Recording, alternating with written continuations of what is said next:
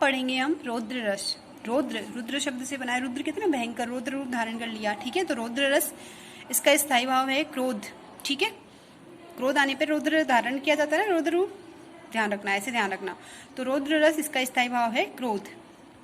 अब देखो क्रोध कब उत्पन्न होगा, किसी शत्रु को देखेंगे या कोई हमारा बुरा करता है, कोई हमारा अपकार करता है, ठीक है, तो उसे देखकर क्या होगा, क्रोध स्थायी भाव उत्पन्न होगा, स्थायी भाव उत्पन्न होगा।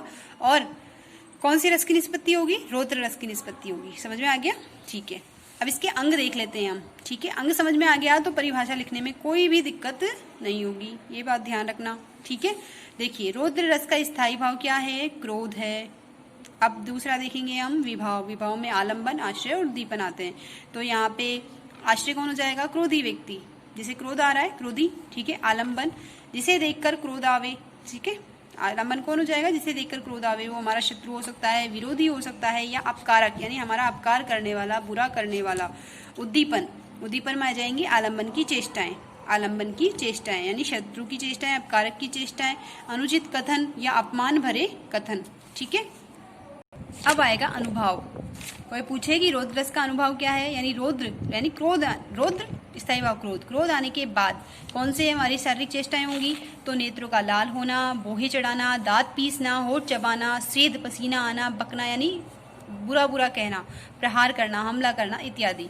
संचारी भाव यानी कि जब क्रोध आएगा तो कौन कौन से संचारी भाव उस समय उत्पन्न होते हैं। ठीक है, चपलता, चंचलता हो जाएगी, उग्रता हो जाएगा, खुद पे गर्व होएगा, वितर्क करने लगेंगे।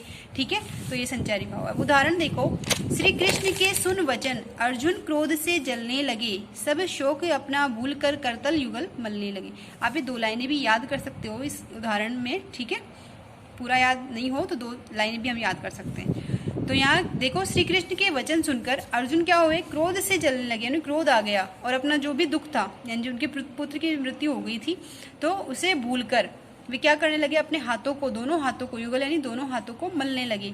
संसार देखे अब हमारे, कि संसार अब देखे, शत्रु रण में मृत पड़ेगी, जो हमारे शत्रु है वो रण में मर जाएंगे। करते हुए ये घोषणा करते हुए वे उठकर खड़े हो गए। ठीक है, तो यहाँ पे आश्रय कौन है, अर्जुन।